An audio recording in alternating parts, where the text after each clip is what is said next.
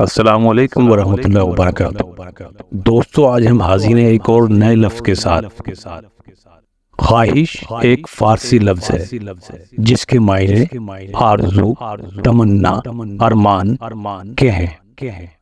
ہم اگر کسی سے یوں کہیں کہ میری خواہش ہے کہ میں فلاں کام کروں یا میری خواہش ہے کہ میں حج پر جاؤں تو یہ غلط ہوگا۔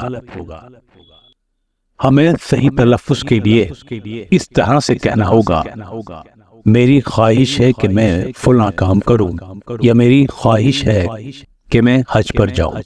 یعنی لکھنے میں ہم الف کے ساتھ لکھیں گے، ہے واو الف ہے شین، اور بولنے میں خواہش بولا جائے گا، الف نہیں بولا جائے گا۔ جیسے مرزا غالب کا ایک شعر ہے: ہزاروں خواہشیں ایسی کہ ہر خواہش پہ دم نکلے، بہت نکلے میرے ارمان لیکن پھر بھی کم نکلے۔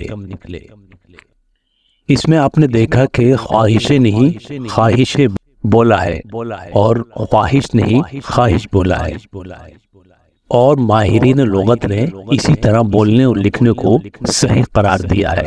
یعنی لکھتے وقت الف لکھا جائے گا پر بولتے وقت الف کے بنا بولا جائے گا۔